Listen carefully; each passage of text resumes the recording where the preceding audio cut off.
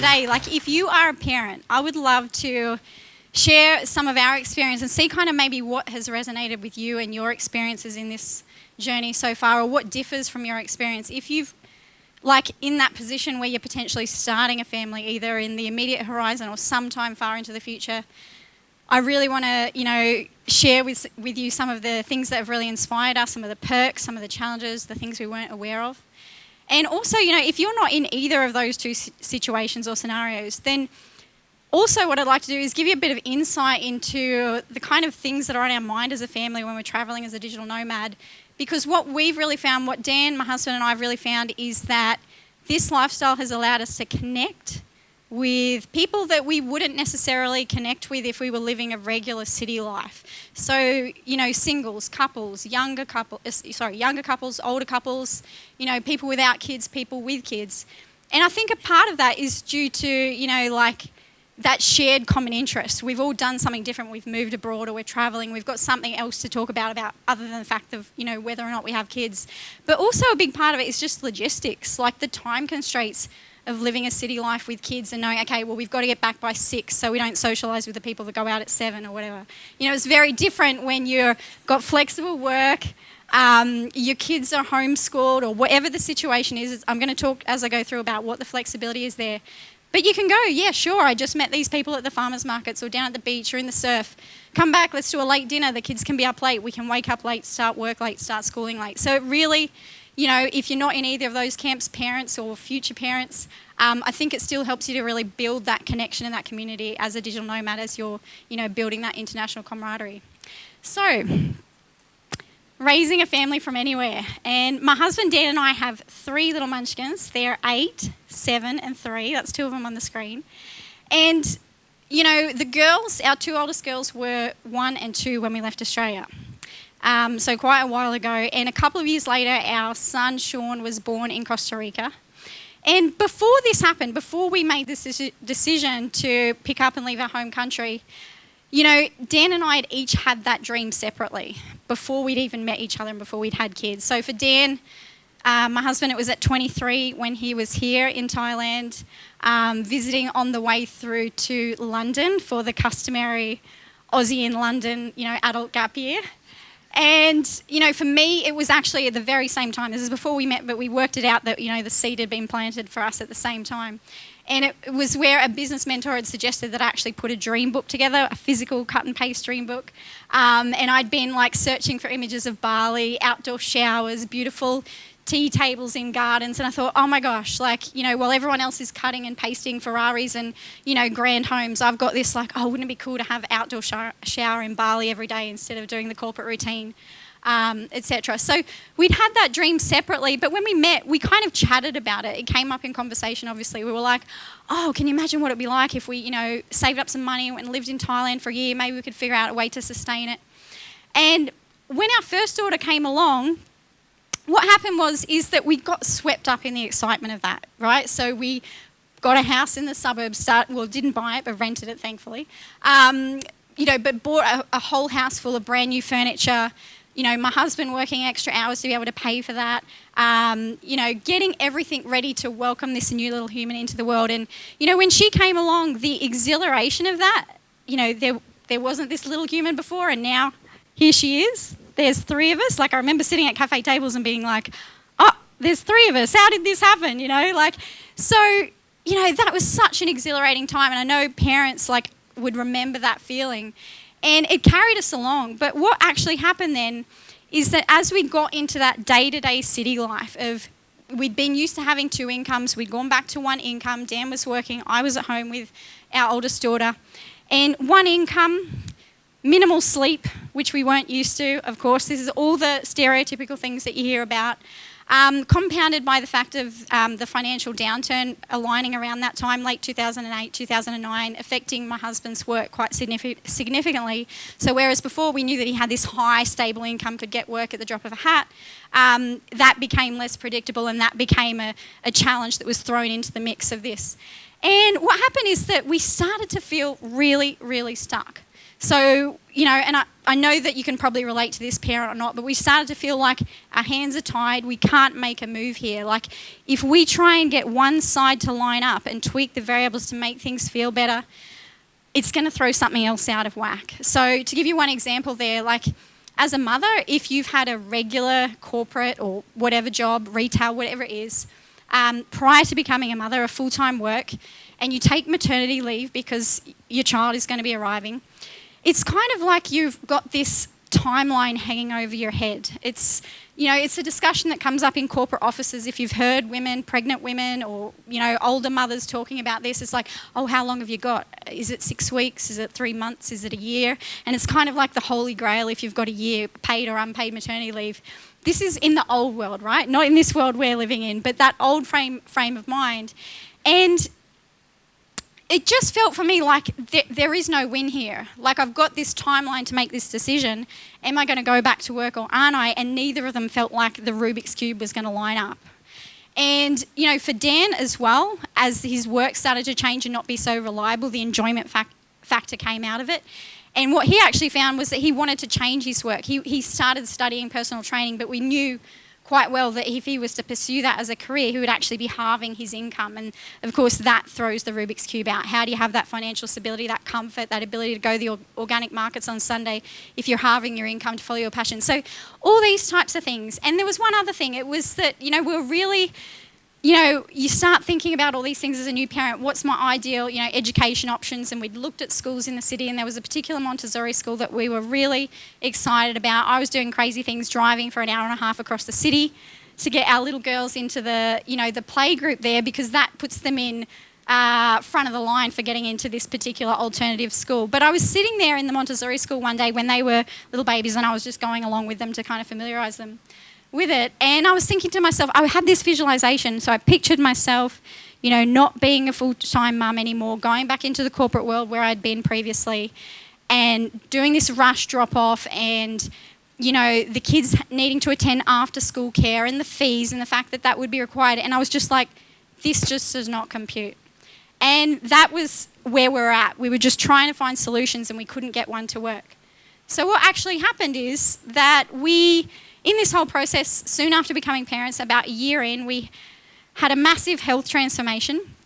And what happened there is that I was pregnant with our second child. Our two girls are very close in age. They're 14 months apart. So if you do the math there, our oldest girl was 5 months when I found out that I was pregnant. And that requirement for nutrition can be significant. And what happened was I found myself at 7 months pregnant, severely fatigued. Not just tired, but I don't have chronic fatigue, but I can imagine it would be something similar to what that might feel like for people. And I was just asking for a solution. I was like, this just doesn't make sense. How am I supposed to care for my child? How am I supposed to even give birth in this state? And I was just desperately seeking for answers. And what I actually discovered, was the answer that was delivered was basically green smoothies. Okay, so common knowledge now, but back then in 2009, that would have been. Australia, my home country, wasn't like it is now. We can buy, green smoothie in any shop or supermarket you walk into. It was this kind of underground culture where it was being passed on in these one-on-one or private workshops in the back of health food stores or what have you. But anyway, so that was like, oh my gosh, there was a massive health transformation right away. My husband caught onto it as well as our 1-year-old daughter. And we started to be able to feel energy again, and like the Rubik's Cube was starting to come together, but there's still pieces to come into play. And after my daughter was born, I then said to my husband, our midwife, we'd had a home birth for my second child, and our midwife had sent me a raw food book because she was learning about raw food, and I was reading these testimonials. I was like, I know we're doing the green smoothies, but if we did this all the way, maybe we could just exist on 4 hours sleep and this would all be sweet. Which actually was what we did. So we were on the way to the markets, and I said, Dan, I'm just doing like 100% raw food this week. Like, you don't have to do it with me. And he's like, isn't it hard enough, But then he's like, okay, yep, all right, no worries.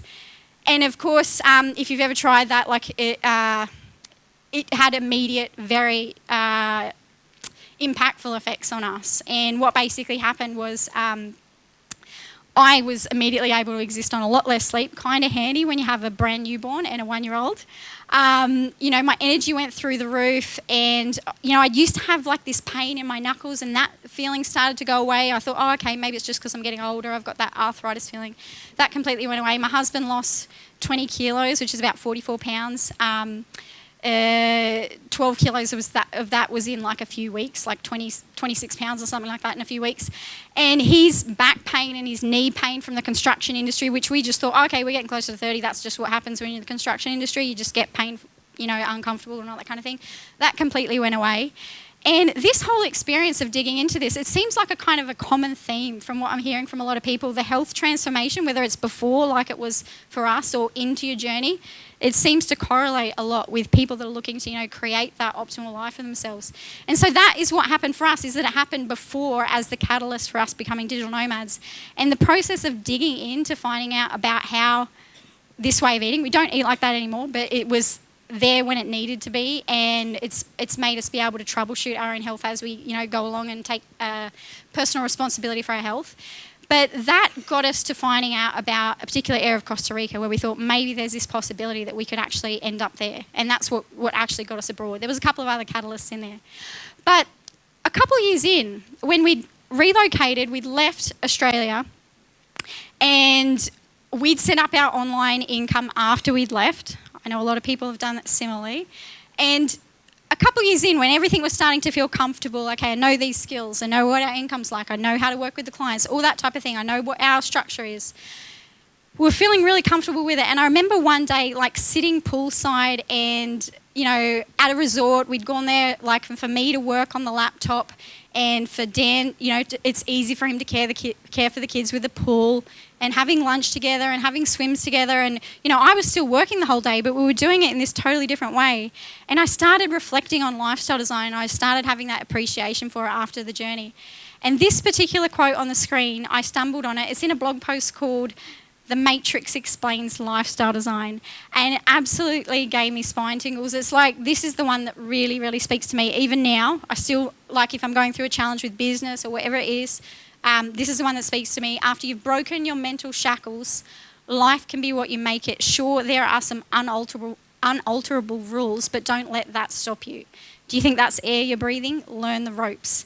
So for anyone, if the original Matrix is digging a little too far back into the memory banks, this, because I think it's 99 or something like that, but this is in reference to a scene in the Matrix where Morpheus, and that's played by Lawrence Fishburne, is speaking to Neo, Keanu Reeves, and he's in this simulated reality, and he's saying, look, the rules aren't what you think here. Some of these rules are able to be bent, and some of them can be broken. So if you want to act optimally in this environment, understand that. And he'd already directly tried to verbalize it to him.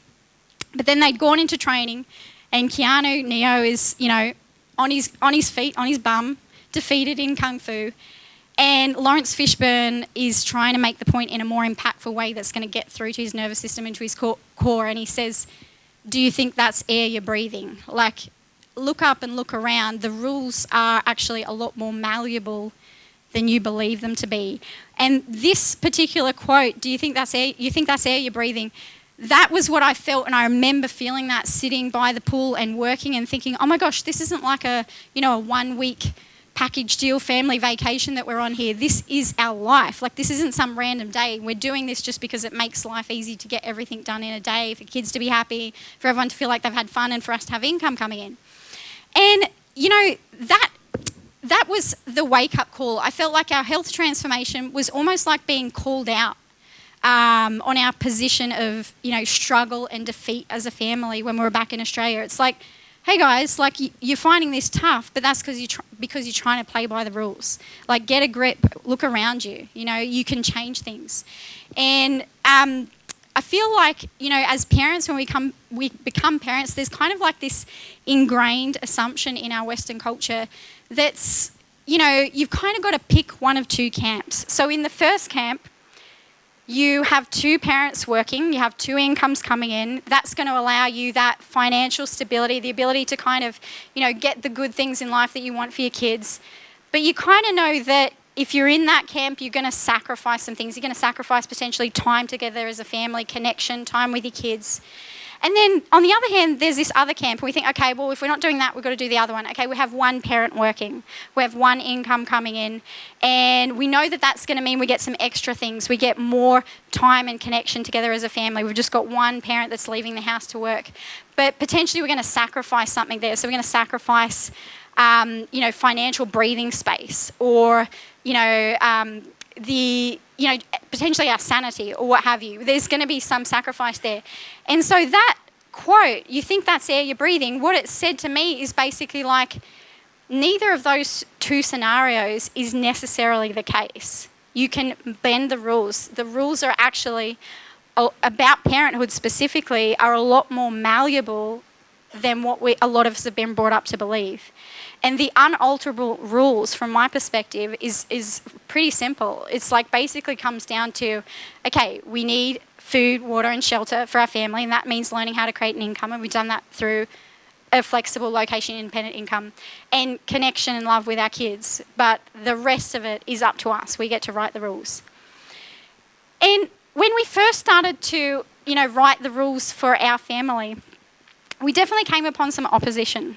So let me share what I mean by that. This was my personal experience of the transition into parenthood. What I found is that, I've always been a little out of left field with my decision making, with my values, long before I was a digital nomad. I guess, a lot of you can relate to that as well. It was just the next extension of what's the next crazy decision I'm going to make. And as an individual adult, what I found is that, often you'll be asked to justify your decisions or your values. Oh, why are you eating like that? Why did you quit your job? Why are you doing these things? And you might choose to explain, engage, debate with someone, or you might not. You might just say, well, that's me and that's you.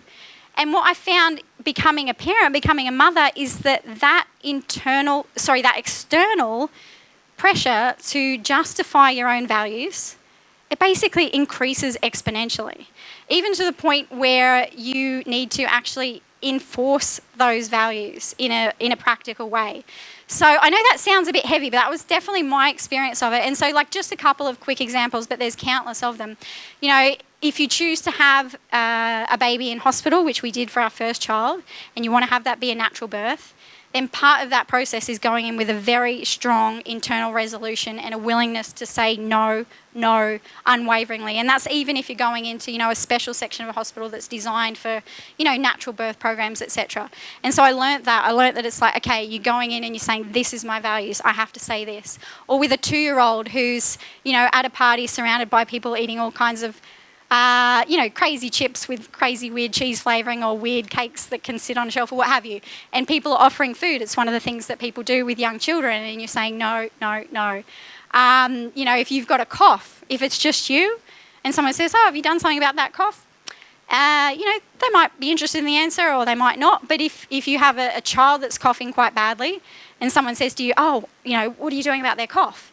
If you don't say that you've gone to the doctor, and instead you say, oh, well, we took them for a chiropractic adjustment and they've had a litre of green juice, check out the expression that you get from people that really care about that child as well. So as you get more certainty in your own values, of course, that opposition becomes less. But that's definitely what we found. And so it creates this real sense of pushing against. This was my experience. So pushing against all the things. So we've got that feeling of pushing against the conventional 9 to 5 because we want to connect with our families and be together. The things here, traditional education system, conventional medicine, processed and non-organic food, chemicals in, the baby clothes, the water, everything. And that real sense of pushing against was kind of what we were moving away from, looking for digital nomad lifestyle. We wanted to create this particular experience that relieved us of that need to justify our values. And so what happened was I was having this expectation that, okay, well, we're going to head off to Costa Rica and we're going to just live off the land and eat coconuts and bananas and pick wild greens, and the kids will be naked outside running around like little jungle fairies. And yes, that did happen. And it was actually really interesting. There was this one particular time where we were living on a permaculture farm, and the situation had happened that we had a neighbour who was a raw food vlogger, And we didn't realise, but they'd invited a couple of other raw food bloggers up who were hosting a collaborative retreat in Costa Rica. And we didn't know these people were going to come up, and it was just a regular day for us on the farm. I think we were wandering, 20 metres from the house. There was 5 rentals on this farm. And what happened is the tour group with all these people that were on this retreat learning about raw food down from the States, and these 2 bloggers and our friend who we already knew came by us, and the kids were naked, running around, picking wild greens. And it was super strange because one of the bloggers, not the person that knew us, but someone that didn't know us from, at all, made this comment like, oh, look at those kids. Like, isn't that incredible? I can't remember the exact wording, and I asked Dan, my husband, if he knew what the wording was. But it was that impression like, oh, look at these innate little kids. Like, oh, that's how life should be. And it was so incredibly strange to me because I was seeing like a vision of me through this person who I knew from a distance by reading their blog when we were back in Australia doing all that research. But I had this vision still in our heads of 6 months earlier, me rushing back from work in the central business district because we'd been trying to save money to get to Costa Rica, corporate suit, jacket, Dan having just picked up the kids from daycare, frazzled, the kids sitting in the car, my 1-year-old Ashley, who was still breastfeeding night and morning, desperately waiting for me to get into the car so I could get my suit jacket off and breastfeed her, and just that intensity going home to get up and do it all over again. So I still had this vision, but here was someone thinking that we're these innate living off the land people. And so it was really funny for me because what I realised is that digital nomad lifestyle for us is we moved right over into this don't want. And we actually had this opportunity to release the things that we were pushing against because of this new environment, new people, new values that we were surrounding ourselves with, and come back to centre. And that sense of pushing against really, made way for this feeling of just living life on our own terms. And that was a huge element of freedom for us. So I'll just have a look at the screen up here. So there's a couple of reasons for that. There was not so much opposition. What I mean by that is that, 95% of the people that we were coming into contact with were either, living life with very similar values to us, or just simply, busy living life on their own terms as well, in a different way, but not concerned with how we were doing it. And so that allowed us to step back and release, and not even just not opposition, but actually massive support. So if you had told me before we left Australia that I could be down at the beach with a handful of families, with no crazy food in sight, but just regular, nice gluten-free banana flour cake or whatever it was. A few questionable things in there, but not this crazy stuff that we're used to, in standard Western life. Talking about online marketing, talking about health, the dad's taking turns to surf, the mum's going off for walks. I wouldn't have believed that because in my mind I had this framework of like, okay, in Australia there's the play group with the organic mums, or there's the internet marketing seminars where I'm the odd one out. And I didn't realise that those worlds would collide. And it was actually a really incredible experience of gaining freedom that way as a family. And the other thing was, it's just funny, like little things, working with friends, other digital nomad families. And there was a homeschooled teenage girl who told me the story that her sister and my daughter, who was 6 at the time, were talking about, oh, my mum's doing a launch at the moment. Oh, my mum is too. So there was this conversation that goes on. And so we found ourselves where we were just, most of the time surrounded by our own values. And the other thing was that the possibilities are wide open. So when you have that ability to move into and out of different locations, what you do is you're basically opening up unlimited access to resources for yourself, but also for your kids to be in. So when they've got, unlimited access to nature play, the beach, unstructured learning, alternative education, self-guided learning, all those resources, that also released for me that sense of pushing against. Because, if your kids are outside all day running around in the jungle, do you really mind if they want to hop on Netflix and watch an hour of cartoons? Or if they say on the weekend, oh, we don't want to go to the beach, we want to go to the movies and the shopping mall. In Australia, I would have been always like, okay, we've all been at work all week in school, let's go to the national park on the weekend. But now we're able to blend our life and not just stick to dogmatic, like what we thought we had to do. So what I want to do is I want to share with you some of the things that people think about as a digital nomad family. Thank you. So schooling, first of all, the way that we approach it is basically blending it all together. It hasn't always been like that. We were searching for something before, and it changes based on where we are, the ages of the kids, and what resources we've got access to in those areas. So the schooling options as a digital nomad family, you've got homeschooling, big prominent one that people have on their mind when they think about that as a possibility for that flexibility. Unschooling, where you're not directly guiding the process of children educating themselves. World schooling. Attending an online school where a teacher in perhaps your home country or another country is actually presenting online, kind of webinar style. They have special technology to do that. Attending an expat school, that could be like an official expat school or an unofficial expat school. We've definitely had the kids in these in different places that we've been in. Attending a local school, and also private tutoring. So just like the labels for the way that we describe our lifestyle are, subjective, interchangeable, there's no fixed boundaries whether we're a location independent or a digital nomad or a traveller or a slow traveller or an expat. Or as Jazzy was saying, a little more nomad, a little less digital. The same applies with schooling labels. There's no fixed area. It's just kind of pointing to the options that are available. But I hadn't actually realised, I obviously knew that homeschooling was an option, but I didn't realise the extent of the resources that we'd be able to draw on in terms of like expat schooling, even on an unofficial basis, where a collective of parents have gone, okay, let's have a little kindergarten in this area. And even if you're moving through, they're used to that. They're used to you being, okay, well, they're here for 3 months and then they're going, and your kids aren't the odd one out because that's what's happening. Oh, this person's going to Israel, that person's going back to France, that person's going to Germany, whatever it is. But one of the coolest things was figuring out that we didn't have to pick one. We didn't have to go, okay, we're world schoolers or we're unschoolers. Everything kind of blends together. And we were looking for that one thing. And then what we found is that when we're able to draw on these resources in the different areas, that's what really works for us as a family. That doesn't apply across the board. Some of the digital nomad families that are our very best friends are very much, okay, we're world schoolers or unschoolers or, but for us, we like that eclectic approach. Even to this, when we're in Bali, my 3-year-old son was going to a great kindergarten while we were, an expat kindergarten while we were homeschooling the girls. And then here in Australia, Sean is getting to hang out with Dan while I'm working, and the girls are actually attending a public school in Australia for 3 months. So it's like really, blending up. I wouldn't have thought that was possible before I got into this. And the other thing that really surprised me was the private tutoring option. So when I say private tutoring, you might have visions of academic tutoring for someone that's fallen behind, or, really strict parents that are trying to prep their kids or what have you. But what I mean there by private tutoring is, if you think about the locations that you've been, a lot of the adults there, whether they're digital nomads or whether they're, travellers or expats, whatever it is, they all had to do some serious proactive thinking or proactive action taking to get in that position, right? And so what happens is there's a correlation with them having unique skills, passions, interests, and what they're able to do, like a lot of the time, that gets passed on to the community of children. So whether that be through an unofficial school or that person actually setting up their business. So, in Bali we had access to amazing art school. A great Singaporean teacher was basically teaching classes. Her husband was teaching swimming, private lessons. Silks in Costa Rica, yoga, meditation, permaculture, language, all different types of things.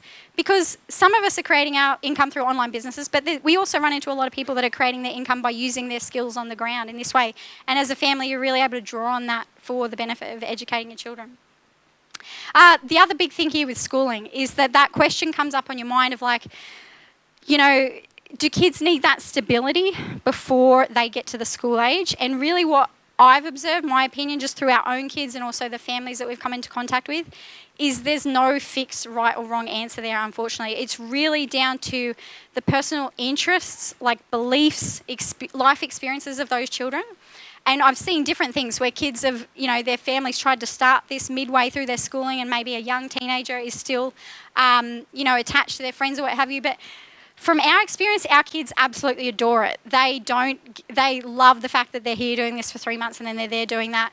And I feel like the probability increases that you're going to pass on your beliefs when you've been doing it with your children from a young age, but that's not a hard and fast rule. But it's absolutely not something that traumatises our kids when they're in that school and meeting these people, because all the people around them, the children, are actually in the exact same position, so they don't feel like they're the odd ones out. Even going to a public school in Australia, they don't feel like, they do know that they're the odd ones out, the fact that they're going there for a short time and leaving, but they love it. They kind of think that's novel.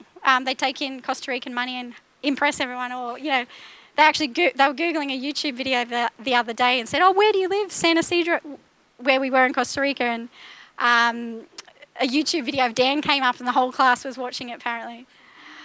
So childcare. Childcare is the other big one. I said the life-changing benefit of geo arbitrage for young families. So as far as, when people say, okay, well, that's okay to do it single, but as a family, I couldn't do that. It costs too much money. Is 5 more okay? Okay. Basically, we spend as much as we would in our home country now. We didn't write in the first year. Admittedly, granted, we can create more luxurious experiences than we could in our home country, stay in nicer hotels, eat out more often, all those types of things. But we spend the same. So it's totally doable, for people that don't want to, live in cheaper countries, so to speak. But this childcare has been a game changer for us as a family in terms of being able to build our businesses and build our financial stability at the same time as having that connection time with our kids that's not logistics time. And also to, for Dan and I to have our own personal fulfillment. This has been huge. And this woman on the screen, couldn't have built my business without her. She's in Costa Rica. She's not with us now, but obviously we'll see her when we go back there and that kind of thing. And it's not just local people that can help though. It's, there's likewise, again, the same as what I shared with private tutoring. There's people travelling through that aren't in this mindset of building an online business, and they're absolutely thrilled to jump at the opportunity. Yeah, I'll look after your kids a couple of hours a day, and I'm excited to share this personal interest or passion of mine. Like we had a European woman helping with babysitting in Bali, etc., even though she wasn't a nanny like Jari was, full-time with us.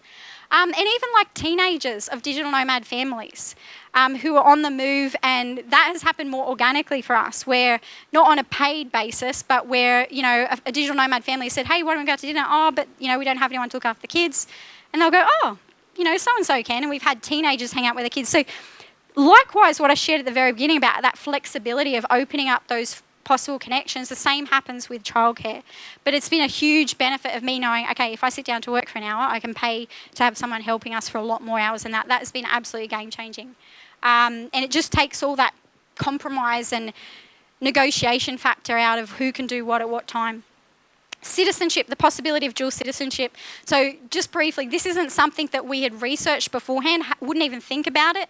You hear growing up, okay, this person's got dual citizenship, one in, Canada, one in the States, or one in Australia, whatever it might be. But now that we have the ability for our children to learn to do this, have an online income as well, it's a freedom ticket.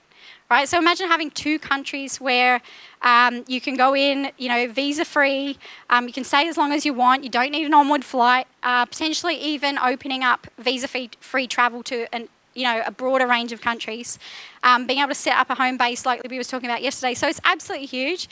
So just Google that, research countries that grant citizenship by birth. I mentioned that to you because I never would have thought of it. I even didn't really think of it after Sean was born, and it wasn't until we were leaving Costa Rica and I had to sign some paperwork, I was realising, this is pretty cool. Like, he never has to do any application or, prove anything to have dual citizenship in Costa Rica and in Australia by descent. Of course, that's not the only variable, right? That's just one of the things, but I think it's something to just have in your back of your mind if you're in that scenario. And then fulfillment, so adventure, variety, flexibility, and an online income. And what that does as a family is I find that it allows you to really sidestep some of those, those common or usual sacrifices, the challenges of parenthood. So when you have that image of, the mum giving up her pursuits in her life to be behind the stove and, doing everything for their kids, or the image of the dad stuck in peak hour traffic just doing what he has to do to care for the family, when you bring in these factors, and particularly an online income and that flexibility, you bring about so many opportunities to work the variables in your favour. So for example, my husband and I, sometimes if I've got extra work on, he'll go, well, why don't you go stay in that hotel? That's fulfilling for me. I go and get some stuff done, then I come back to the family. If he wants to go to, the gym midday, I stop work to do it. Because you're able to blend everything in, there's less of this this competition in the family between the relationships, because one person's stuck out of the house for 16 hours a day, and then there's this limited time to get everyone what they need. And as well with the adventure and variety for the adults, the parents and the kids, is if there's a tough situation, if there's a challenge, okay, let's not get up and go to work, let's get up and go for a surf, or go to breakfast, or whatever it is, and let's work the variables in our favour and work through our challenges a bit more gracefully as a family, because we've got the resources and the flexibility to do so. So this is just one example of that. I know that I've shared some of the perks, but the reality is that the challenge still remains, fitting it all in, business, building, client work, learning time, family hangout time, cooking, cleaning, all that type of thing. But this is just one example where I looked at this photo. We were actually going through a really challenging time when this photo was taken. I had a lot of work on, getting clients on board, I think maybe letting go of clients. I don't visualise the exact details, but just the emotional feeling, Dan as well, that this was a really hard time. Potentially Sean wasn't sleeping, he was unwell, whatever it is. Our car motor had blown up and we couldn't get around very easily. But because we were able to work the variables in our favour with time and mobility and flexibility, we made the best of it. And we would but set up a tent down by one of the beaches every day. We caught the bus down there. We left our things, in a friend's cafe, etc. I would work in a cafe or I would work in a camp chair sitting there. Dan remembers this being one of the best sunset surfs ever, he told me. And so even when we're going through these challenging times, whether that's through personal, health, business, whatever it is, we're able to, as a family, work that in our favour. And that was just such an emotional connection to that image, seeing it like that. And so what happens is that the Rubik's Cube of family life becomes solvable, basically. Not always solved, but constantly able to, tweak the variables as something changes, as the family dynamics change. And, here's what the coolest part is. I feel like the absolute coolest thing is, a whole generation of kids growing up, seeing their parents, and not just their parents, but the other adults that are around them, right in the middle of living their dream or, going after their dream. Or sometimes even, collaborating with their friends on their dream, seeing the adults collaborate on, where their dreams intersect or what have you. And so, by what we're able to model to them, basically this generation of kids are acquiring that belief that, okay, adulthood doesn't have to be this thing that you push against, that you have to escape from on weekends, that you have to get through, soldier on. But it's actually, it can be that continuation of that big adventure that they've already been living with you guys. And I think that's one of the most powerful things that we can pass on to them as parents.